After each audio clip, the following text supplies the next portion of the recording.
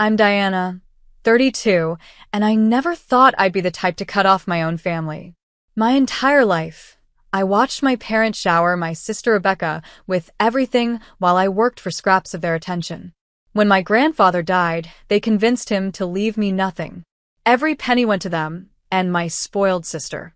For years, I'd been their financial safety net, giving over $42,000 I'll never see again. Then last month, Mom texted, "Mortgage is due." My response changed everything. I finally found the courage to say what I should have said years ago. Before I share what happened next, let me know where you're watching from in the comments. If you've ever had to stand up to family who took advantage of you, hit that like button and subscribe to hear how I finally broke free from financial abuse. Growing up as the eldest daughter in the Wilson family meant one thing: responsibility.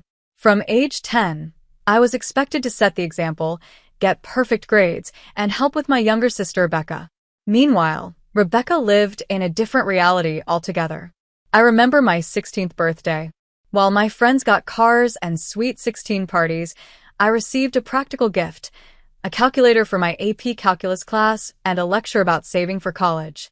3 years later, Rebecca's 16th birthday featured a weekend at a luxury hotel, a designer wardrobe, and the exact car I had saved 3 summers to buy myself. Diana is so responsible, my mother Karen would tell relatives. She doesn't need the extras Rebecca does. This sentiment followed me throughout my childhood. When I made honor roll consistently, my achievements were expected. When Rebecca managed to pull a B- average, my parents threw a celebration dinner.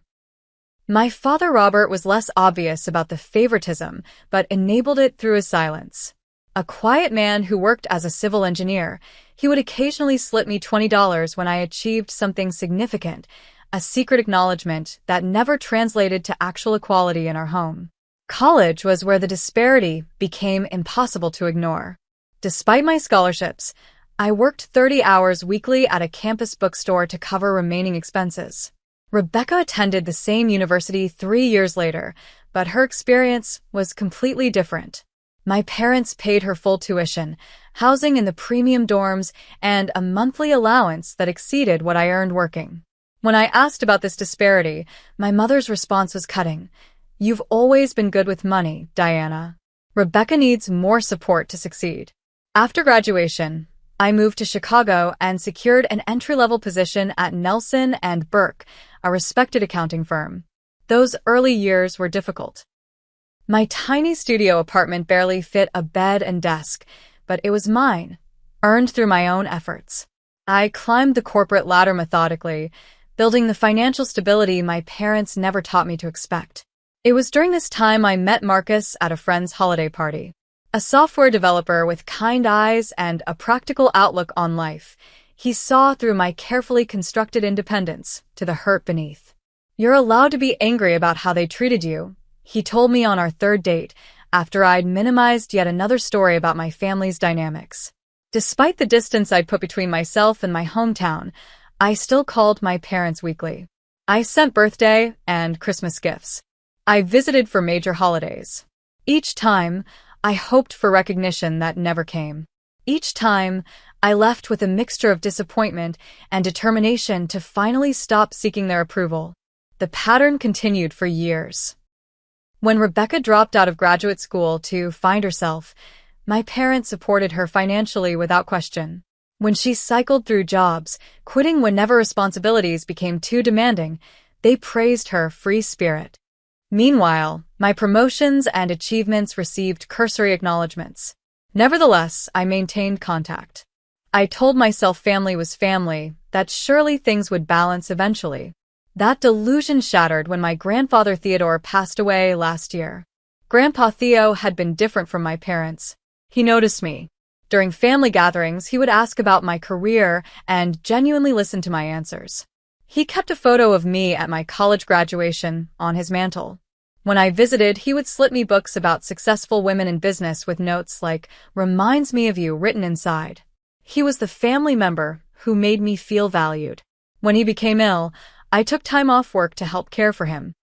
I organized his medications, drove him to appointments, and spent evenings reading to him while my parents and Rebecca made occasional appearances. During those quiet hours, he would sometimes squeeze my hand and say, "You're a good egg, Diana. Don't let anyone tell you different." So when I received the call about his passing, the grief was genuine. I flew home immediately, expecting to mourn with my family. Instead, I was about to discover just how deep the family favoritism ran and how it would ultimately force me to make the hardest decision of my life. The night before the funeral, sitting alone in my childhood bedroom, I found myself looking at old photographs of Grandpa Theo and me. In one, I was about 7, sitting on his lap while he taught me to fish. In another, he was standing proudly beside me at my high school graduation. I traced his face with my finger, whispering, "I miss you already." Little did I know, the next day would bring revelations that would change everything I thought I knew about my family and about the grandfather I had loved so dearly. The funeral for Grandfather Theodore was a somber affair, held at the same church where he had attended services for over 50 years. I sat in the front row beside my parents and Rebecca, accepting condolences from distant relatives and my grandfather's friends. Many approached me specifically, mentioning how Theodore had spoken highly of me, how proud he was of my accomplishments. Each comment strengthened my resolve to honor his memory. 3 days later, we gathered at the office of Franklin Bradley, my grandfather's attorney, for the reading of the will. The office was furnished with dark wood and leather, photographs of Franklin's sailing adventures decorating the walls. My grandfather had mentioned several times over the years that he had taken care of me in his will. While I wasn't expecting a fortune, his words had provided comfort, a final validation of our special bond. "Before we begin," Franklin said, adjusting his reading glasses, "I want to express my condolences." Theodore was not just a client, but a friend. As Franklin began reading the standard legal preamble, I noticed my mother and Rebecca exchanging glances. Something about their expressions made my stomach tighten. To my daughter Karen and her husband Robert, I leave my house and all its contents, valued at approximately $320,000. My parents nodded, unsurprised. To my granddaughter Rebecca, I leave my investment portfolio, currently valued at $175,000, and my collection of rare coins, appraised at $42,000. Rebecca smiled, reaching for my mother's hand. To my granddaughter Diana, Franklin continued, looking up at me over his glasses, I leave my collection of books, particularly those we discussed during our time together, and my fishing equipment, which brought us joy on our outings. I waited for more, but Franklin had already moved on to smaller bequests to distant relatives. The room seemed to tilt around me. Books and fishing gear. Nothing else. "Is that all?" I asked when Franklin finished, my voice sounding distant to my own ears. Franklin looked uncomfortable. "Yes, that's the entirety of your grandfather's bequest to you." "But that can't be right," I said. "He told me he had taken care of me in his will." My mother cleared her throat. "Diana, this isn't the time or place." Franklin shuffled papers. I should mention that this will was updated approximately 8 months ago. The previous version had a different distribution, but Theodore was of sound mind when he made these changes. 8 months ago, when I was working 60-hour weeks in Chicago while my parents had daily access to my grandfather. The drive home from the lawyer's office was a blur. I declined the family lunch, claiming I needed to make work calls. Instead, I drove to Lakeside Park, where Grandpa Theo had taught me to fish. Sitting on our favorite bench, I finally let the tears come. Not for the money itself, but for what it represented. Even my grandfather, in the end, had chosen Rebecca over me. My phone rang. It was Stephanie, my best friend since college. "How did it go?" she asked. "They got everything," I said, my voice breaking. "Mom, Dad, Rebecca. I got his books and fishing gear." A pause. "Oh, Diana. He changed his will 8 months ago. They must have gotten to him somehow." "Are you sure? That doesn't sound like the grandfather you described to me." "I don't know what to believe anymore," I admitted. "But I'm going to find out." That evening, I drove to my parents' house, determined to get answers. I found them and Rebecca in the living room, already discussing how to invest the inheritance. "I need to talk to you," I said from the doorway. My mother looked up, irritation crossing her face. "We thought you'd gone back to Chicago." Not yet. "I want to know what happened with Grandpa's will." My father shifted uncomfortably in his chair. "These things are complicated, Diana. 8 months ago, his will was different." "What changed?" Rebecca rolled her eyes. "Why does it matter? It's done." "It matters to me," I insisted. "He told me he had provided for me." My mother stood up.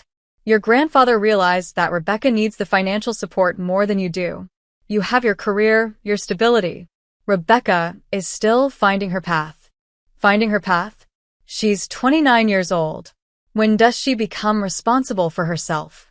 "That's unfair," my father interjected. "Your sister has different challenges." "Like what? Being spoiled her entire life? Having everything handed to her?" Rebecca's face flushed.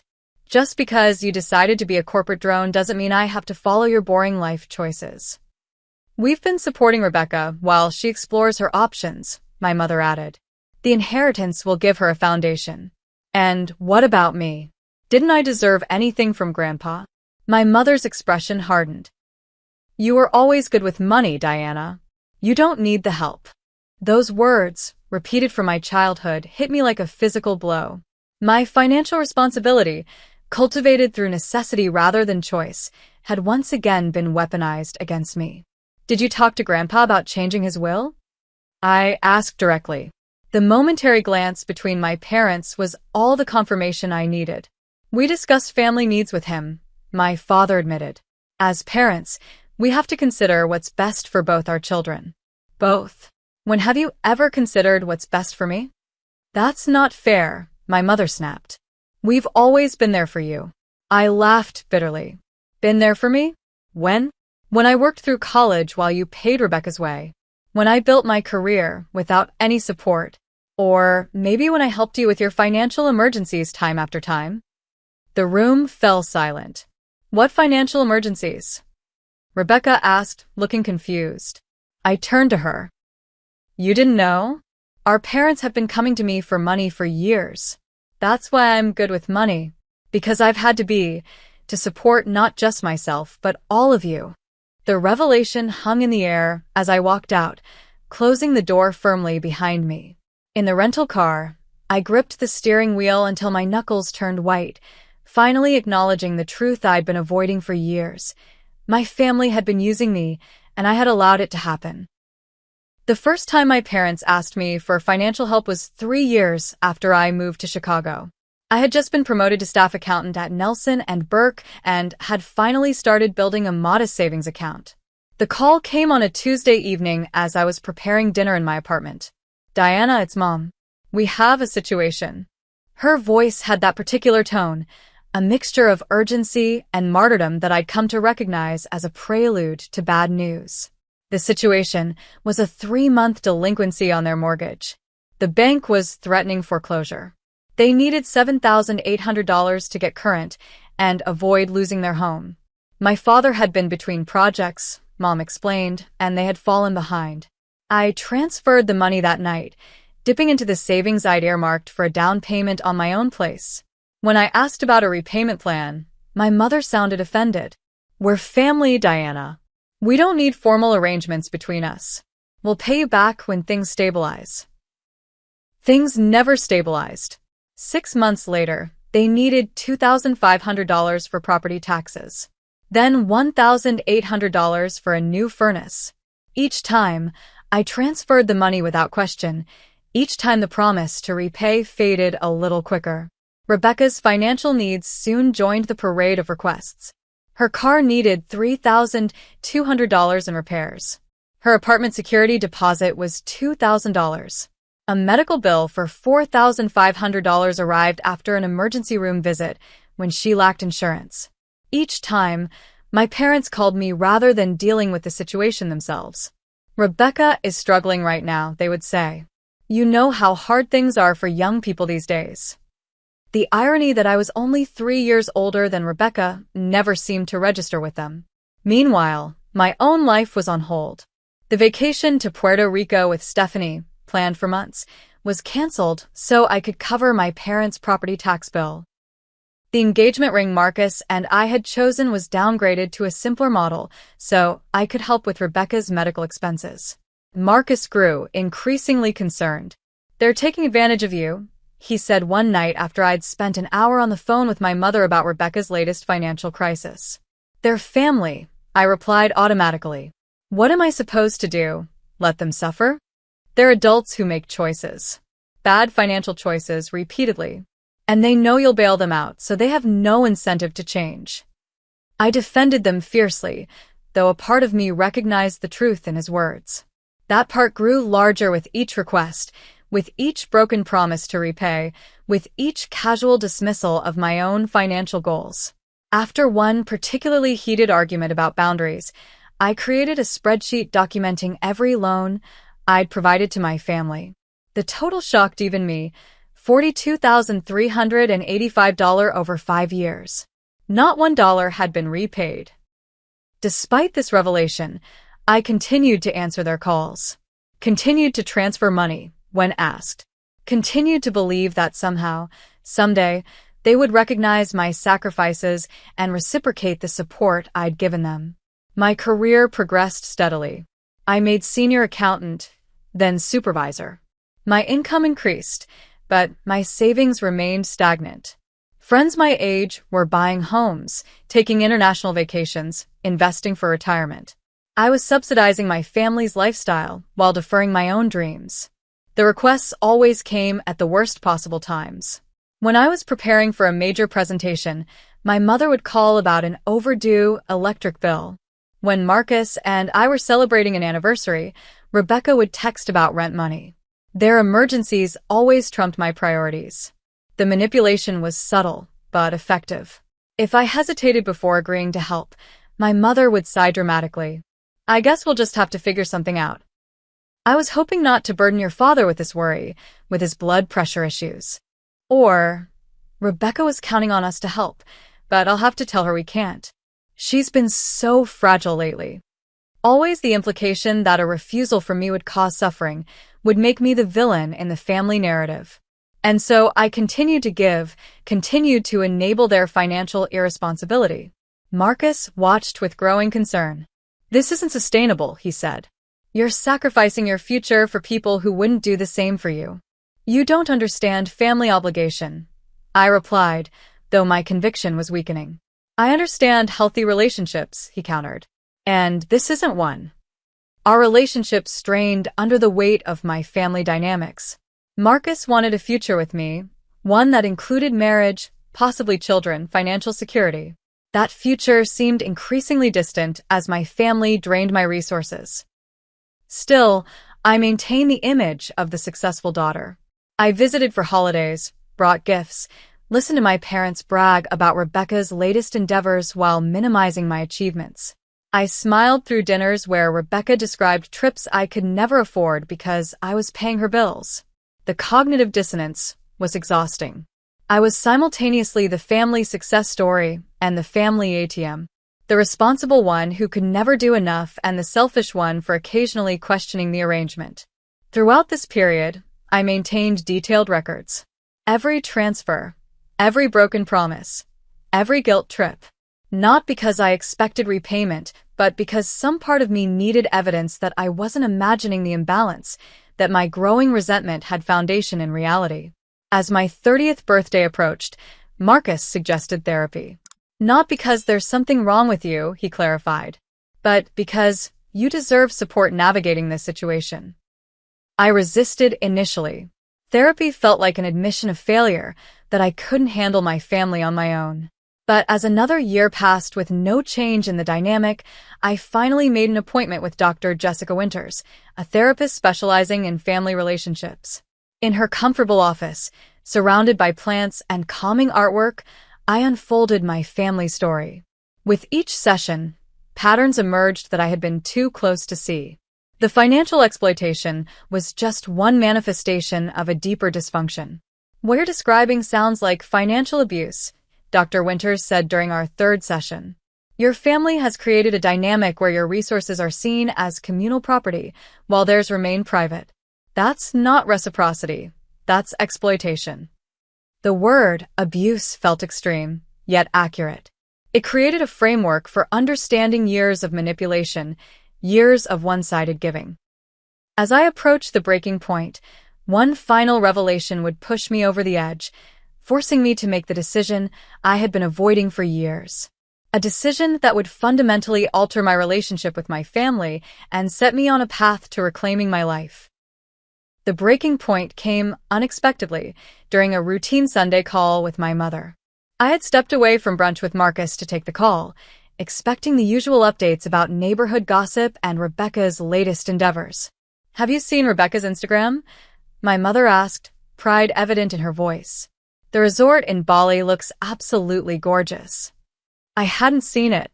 I'd been working 70-hour weeks to complete a major audit for a client. Bali? I thought Rebecca was job hunting. "Oh, she'll restart the search when she gets back. Your father," and I thought she deserved a break after her last position didn't work out.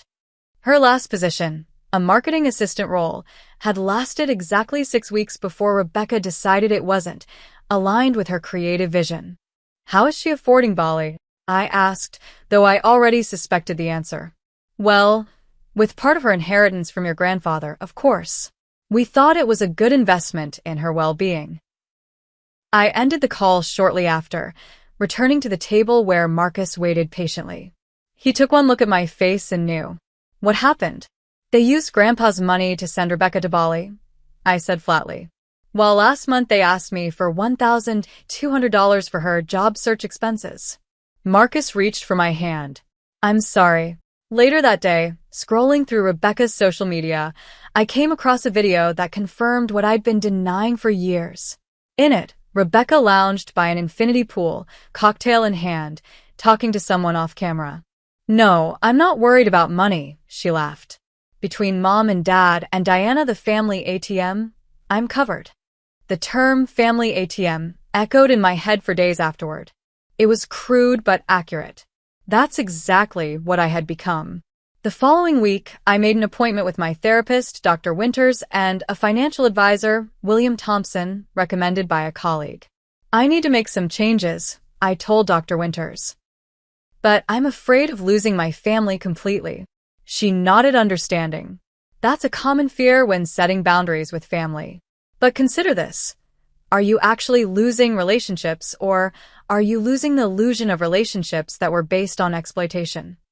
"It feels like abandoning them," I admitted. "Diana, parents are supposed to launch their children into independence, not make them responsible for family finances.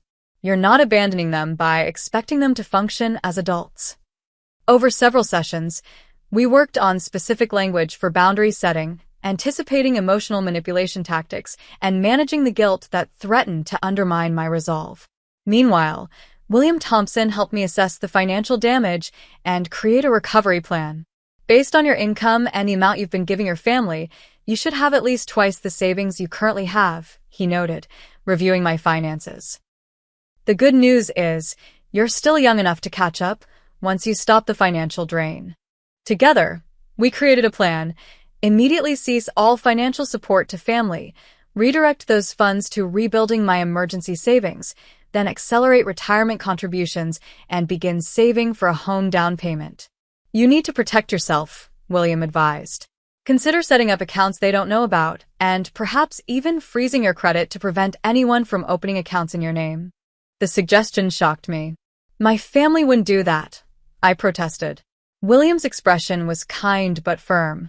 "In my experience, when people are accustomed to accessing someone's resources and that access is suddenly cut off, they sometimes take desperate measures." For 2 weeks, I drafted and redrafted the email to my family. Marcus provided feedback, as did Dr. Winters. The final version was clear, firm, but not accusatory.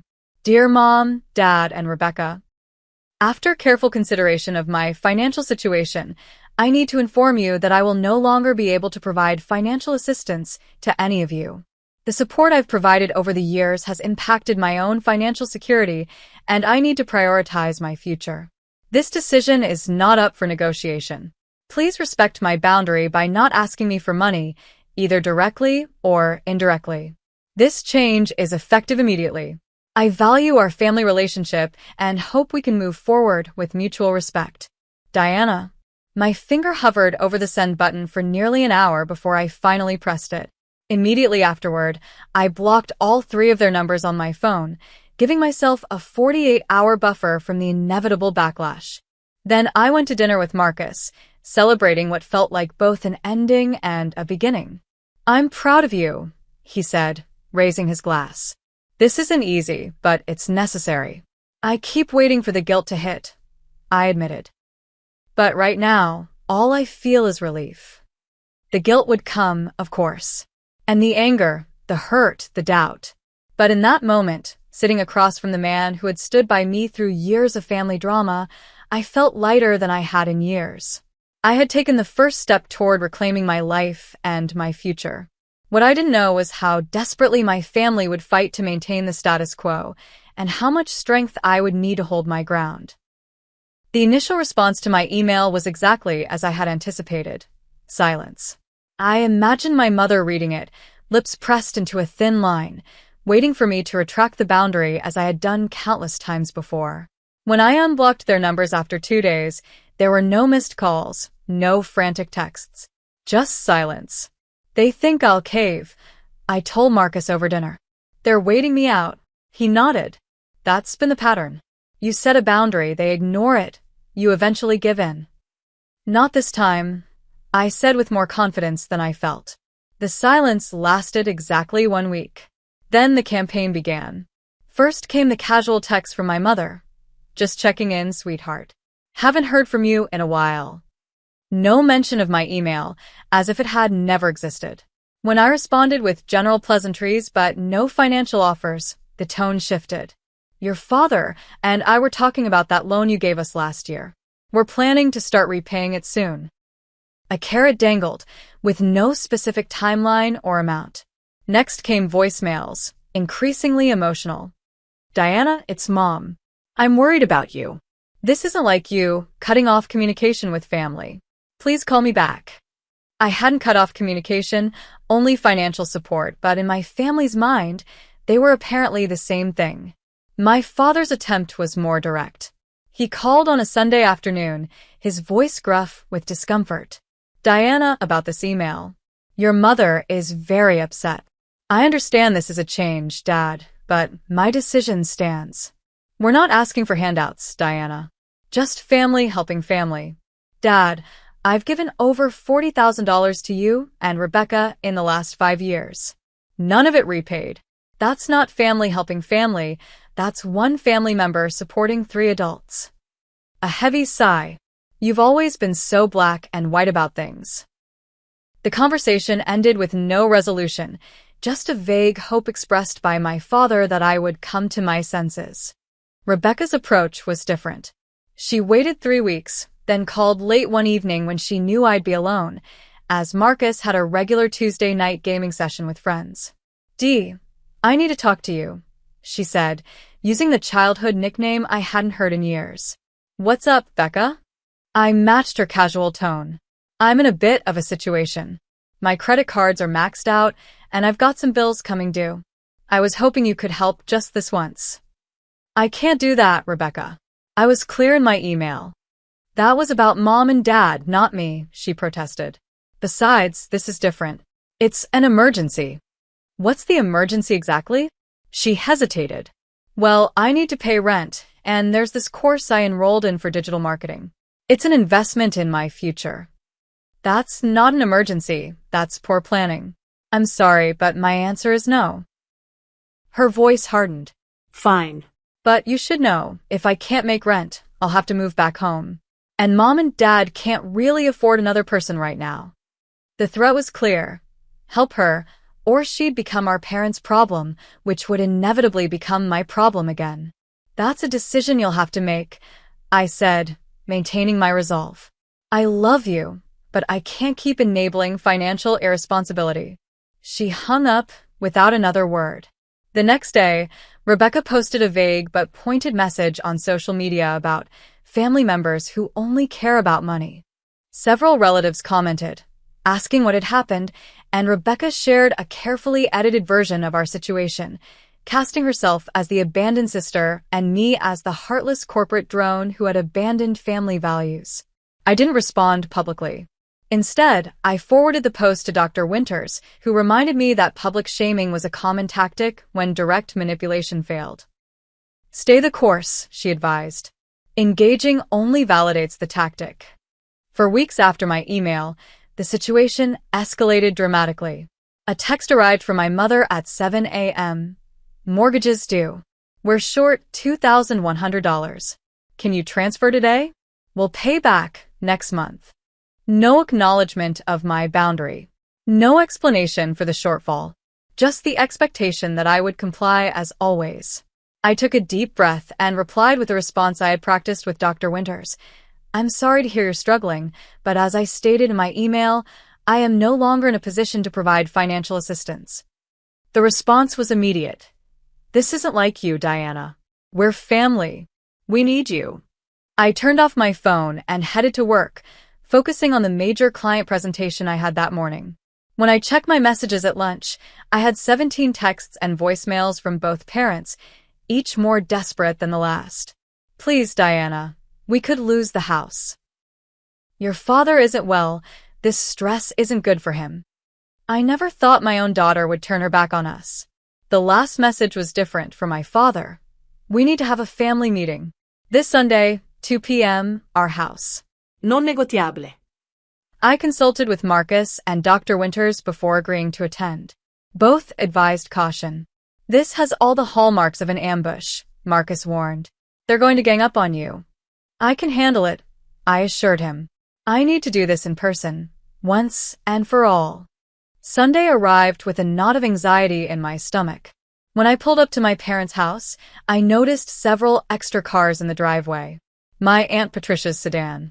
My Uncle George's SUV. Even my cousin Michael's motorcycle. Inside, the living room had been arranged like an intervention, chairs in a circle, somber faces all around. My parents sat together on the sofa, Rebecca beside them, eyes red as if she'd been crying. Diana, my mother began formally. We've asked the family to join us because we're concerned about your recent behavior. Aunt Patricia nodded. We're worried about you, sweetheart. I remained standing, suddenly understanding exactly what this was. This isn't about concern for me. This is an attempt to pressure me into continuing to financially support 3 able-bodied adults. My father cleared his throat. That's unfair, Diana. We've supported you your entire life. Have you? Because from where I stand, I've been supporting all of you for years while putting my own life on hold. Uncle George leaned forward. Karen tells me you've refused to help with their mortgage. Is that true? Yes, I said simply. After years of providing financial assistance with no repayment, I've established a boundary. But they could lose their home, Aunt Patricia interjected. They received a substantial inheritance from Grandpa just a few months ago, I pointed out. What happened to that money? An uncomfortable silence fell over the room. My mother glanced at Rebecca, who suddenly found the carpet fascinating. We had expenses, my father said vaguely. Like Rebecca's trip to Bali? I asked. Or perhaps the new kitchen remodel I noticed when I walked in today? More silence. I'll tell you what happened, I continued, finding strength in finally speaking the truth. You spent it like you spend everything, without planning for the future. And now you expect me to bail you out again. That's not fair, Rebecca protested weakly. Isn't it? You called me the family ATM in your Bali video, Rebecca. Was that fair? My mother gasped. She would never say such a thing. I have the video, I said quietly. I can play it right now if you'd like. No one took me up on the offer. Diana, my father said, his voice taking on the authoritative tone he'd used during my childhood, this has gone far enough. We're your parents. We need your help. Either you help your family or... He trailed off, but the implication was clear. Or what, Dad? Or, I'm not part of this family anymore. Isn't that what happened when you convinced Grandpa to cut me out of his will? When you decided that Rebecca deserved his money, but I didn't. Another uncomfortable silence. That was different, my mother finally said. We needed to secure Rebecca's future. And what about my future? Who secured that? You've always been able to take care of yourself, she replied. And there it was, the fundamental truth of our family dynamic. My capability had been used against me my entire life. Because I could survive without their support, I was expected to. Because Rebecca couldn't, or wouldn't, she received everything. I looked around the room at my assembled family, seeing clearly for the first time how deeply entrenched the dysfunction was. This wasn't going to be resolved in one confrontation. Perhaps it would never be resolved. I'm leaving now, I said quietly. My decision stands. I will not provide financial support to any of you going forward. If that means I'm no longer welcome in this family, then that's a consequence I'll have to accept. As I walked toward the door, my mother called after me, her voice breaking. Diana, please. The mortgage is due tomorrow. We don't have anywhere else to turn. I paused at the threshold, a lifetime of conditioning urging me to turn back, to fix their problems, to be the responsible one yet again. But something had shifted inside me. The guilt remained, but alongside it was a newfound clarity. It was time for my one-line response, the words that would change everything. Standing at the threshold of my parents' home, surrounded by family members who had gathered to pressure me into continuing financial support, I felt a strange calm descend. Years of anxiety about family approval, of guilt for setting boundaries, of fear about being cut off, suddenly seemed distant and inconsequential. I turned slowly to face my mother, whose expression wavered between anger and desperation. You've already cut me out of your inheritance, I said evenly. Consider this my inheritance to myself. The stunned silence that followed was broken only by my footsteps as I walked out the door and to my car. My hands were steady as I started the engine and drove away from the house where I had grown up, away from the family that had taken so much while giving so little in return. The chaos began within the hour. My phone exploded with notifications. First came my mother's tearful voicemail, oscillating between begging and blaming. How could you say such a cruel thing? After everything we've done for you? Please, Diana, we need you. We're going to lose everything. My father's messages were shorter, angrier. Your behavior today was inexcusable. When you're ready to apologize, we'll talk. Rebecca's approach was more direct, a series of increasingly threatening texts. You've really done it now. Mom hasn't stopped crying. Dad says he might need to go to the ER. His blood pressure is so high. If they lose the house, it's on you. I hope you can live with that. Everyone in the family knows what you did. No one's on your side. The last one gave me pause. Was that true? Did the entire extended family see me as the villain? I pushed the thought aside. Their perception was based on a carefully crafted narrative from my parents and sister, one that positioned me as the ungrateful daughter who abandoned her family in their time of need, rather than the exploited provider who finally set a healthy boundary. As predicted, the flying monkeys arrived next. Calls and messages from extended family members, some concerned, others accusatory. Your mother is devastated, Diana. Surely there's some compromise. Family helps family. That's how we were raised. I never thought you'd be so heartless. With each message, I felt my resolve strengthening rather than weakening. I implemented the strategy Dr. Winters and I had developed for exactly this scenario. First, I temporarily blocked all family numbers to give myself space to process. I set up email filters to direct family messages to a separate folder I could check when emotionally prepared. I tightened privacy settings on social media and temporarily deactivated accounts where the drama was most intense. Then I activated my support system. Marcus came over with takeout and a reassuring presence. Stephanie called with words of encouragement. Colleagues invited me to dinner, creating evenings of normalcy amidst the family chaos. A week into the fallout, I received an unexpected call from Aunt Patricia. Hesitantly, I answered. Diana? It's your aunt. Please don't hang up. I'm listening, I said cautiously. I owe you an apology, she said, surprising me. I didn't understand the situation when I came to that family meeting. I've been talking with your mother for years about her expectations of you, but I didn't realize how far it had gone. You have? Yes. After you left, things escalated. Your mother admitted some things in her distress that painted a very different picture than what she'd told us before. I want you to know, I support your decision to set boundaries. Her words were like a lifeline thrown into choppy waters. I wasn't alone. Not everyone in the family believed I was the villain. A few days later, another surprise. A text from my cousin Michael. Hey Diana, just wanted to say I get it. They did the same thing to me a few years back when I got my bonus. Never paid me back either. Stay strong. These unexpected allies provided validation when I needed it most. Their support reinforced what Dr. Winters had been telling me. My perception of the situation wasn't distorted, my boundaries weren't unreasonable, and I wasn't alone in experiencing financial exploitation within the family. As weeks passed, I processed the complex emotions through journaling, therapy, and long conversations with Marcus. The grief was perhaps the most surprising element, a deep mourning for the family I had wished for rather than the one I actually had. It's like they died, I told Dr. Winters during an intensely emotional session.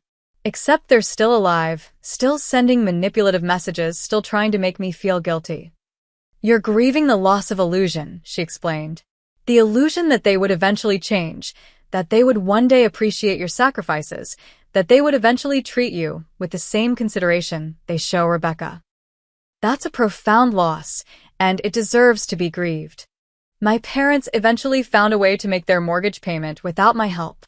I learned through Aunt Patricia that they had taken out a personal loan at a high interest rate, a stopgap measure that addressed the immediate crisis, but not the underlying financial mismanagement. Rebecca moved back home, temporarily, a situation that I suspected would become permanent. Without my financial support, and with her inheritance funds depleted, her independent lifestyle was no longer sustainable. The hardest part was the knowledge that they still didn't understand.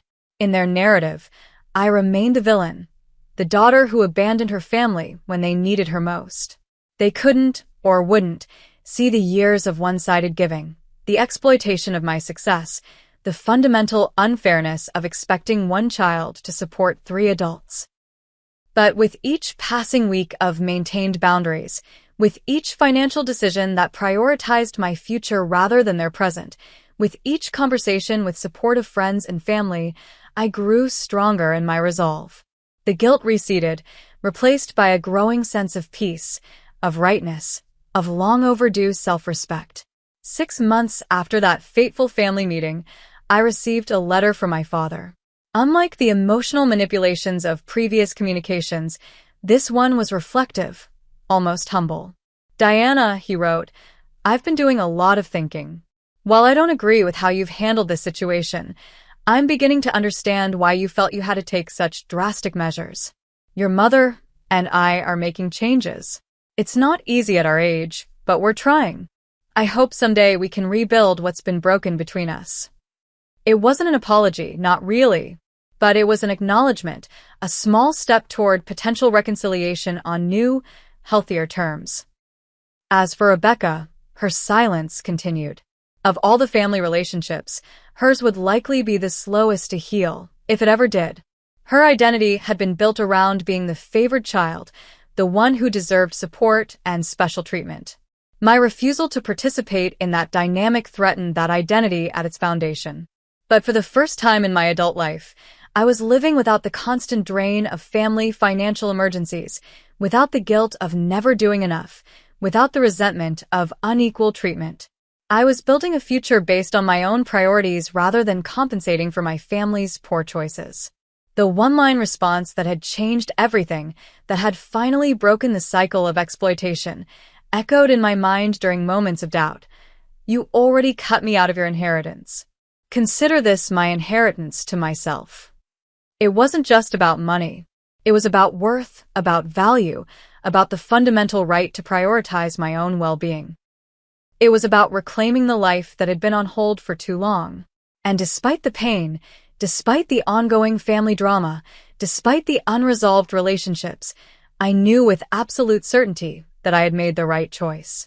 The inheritance I had given myself, the gift of boundaries and self-respect, was worth more than any dollar amount my grandfather could have left me. 6 months after establishing my financial boundaries with my family, I stood in the kitchen of my new condo, watching the morning light filter through windows that were mine, in a space that was mine, purchased with money that was mine. Marcus leaned against the counter, coffee mug in hand, watching me with a smile. "What are you thinking about?" he asked. "How different everything is," I replied. A year ago, I couldn't have imagined this. The changes had been both profound and practical.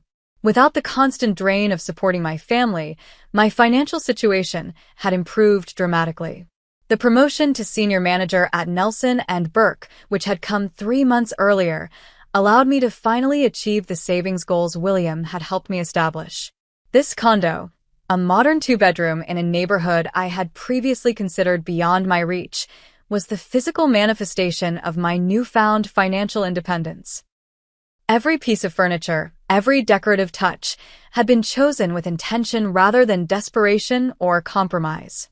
My relationship with Marcus had strengthened through the family crisis. He had been my rock, offering support without judgment, respecting my decisions even when they were difficult. The small velvet box hidden in my desk drawer, waiting for the perfect moment to propose, was evidence of my confidence in our future together. As for my family, the situation had evolved in unexpected ways. Contact had been re-established, but on dramatically different terms. After 4 months of minimal communication, I had suggested meeting my parents at a neutral location, a coffee shop downtown. Marcus accompanied me for moral support but sat at a separate table, giving us privacy while remaining nearby if needed. That first meeting had been awkward, stilted. My mother looked older, the stress of financial readjustment evident in the new lines around her eyes. My father seemed diminished somehow, his customary authority replaced by a wary uncertainty. "You look well," my mother said, studying me closely. "I am well," I confirmed. "How are things with you?" The careful dance of small talk eventually gave way to more substantive conversation. They had been forced to make significant changes. The house, too expensive without my subsidies, had been sold. They had downsized to a small townhouse in a less prestigious neighborhood. "It's an adjustment," my father admitted, "but the mortgage is manageable now." My mother had taken a part-time position as an administrative assistant, her first job in over 20 years. "The hours are reasonable and the extra income helps," she said, a hint of pride in her voice that I had never heard before. I established clear parameters for our renewed relationship. We could meet in public places. We could talk on the phone at scheduled times. Financial discussions were off-limits unless they pertained to their progress toward independence. Any violation of these boundaries would result in another period of no contact. They agreed, perhaps because they had no choice, perhaps because they had finally begun to understand the damage their behavior had caused. Either way, our interactions had a new framework, one built on mutual respect rather than exploitation. Rebecca's journey had been more complicated. After moving back home, she had cycled through resentment, blame, and finally, grudging acceptance of the new reality. When my parents downsized, she had been forced to find her own housing and sustainable employment for the first time in her adult life. Surprisingly, she had risen to the challenge. Through a friend of a friend, she had secured a position as an assistant at a small marketing firm. The salary was modest, the work demanding, but she had maintained the job for 4 months now, longer than any previous employment. Our relationship remained strained, but a tentative reconciliation had begun with an unexpected text. "I got my first raise today. Did it without anyone's help." The simple acknowledgement of her own capability, of the satisfaction that came from earned success rather than handouts, suggested a shift in her perspective, a glimmer of the independent adult she might become. The most unexpected development had been the strengthening of relationships with extended family. Aunt Patricia had become a regular presence in my life, our Sunday phone calls a source of genuine connection. Cousin Michael and I met for dinner monthly, sharing stories and support. These relationships, previously overshadowed by the intensity of my nuclear family dynamics, now flourished in the healthier emotional environment I had created. As for my grandfather's legacy, I had found peace there too. The books he had left me, once a painful reminder of disinheritance, now held pride of place in my new home office. His fishing gear, carefully restored, hung on the wall of the second bedroom. These mementos, initially seeming like consolation prizes, had become treasured connections to the man who had seen my worth when others had not. "We should invite Stephanie and David over for dinner this weekend," Marcus suggested, pulling me back to the present moment. "Celebrate the new place properly." "That sounds perfect," I agreed, mentally planning the menu, enjoying the luxury of entertaining friends in a space that felt truly mine. Later that evening, as Marcus and I discussed our future, I felt a sense of possibility that had been absent during the years of financial entanglement with my family. "I've been thinking about starting my own practice," I admitted. "A small accounting firm focused on helping women achieve financial independence. Something that combines my professional skills with what I've learned personally." "You'd be amazing at that," Marcus said. "And the timing might be right with your client base and reputation." "It's a risk," I acknowledged. "The best things usually are," he replied, squeezing my hand. "And if anyone knows how to manage risk wisely, it's you." As we discussed potential business models and timelines, I realized how profoundly my perspective had shifted. A year ago, such a venture would have been impossible, not just financially, but psychologically. The constant drain of family demands had left no space for my own dreams, no energy for building a future truly aligned with my values. The boundaries I had established, painful as they were to implement, had created space for growth, for possibility, for a life defined by choice rather than obligation.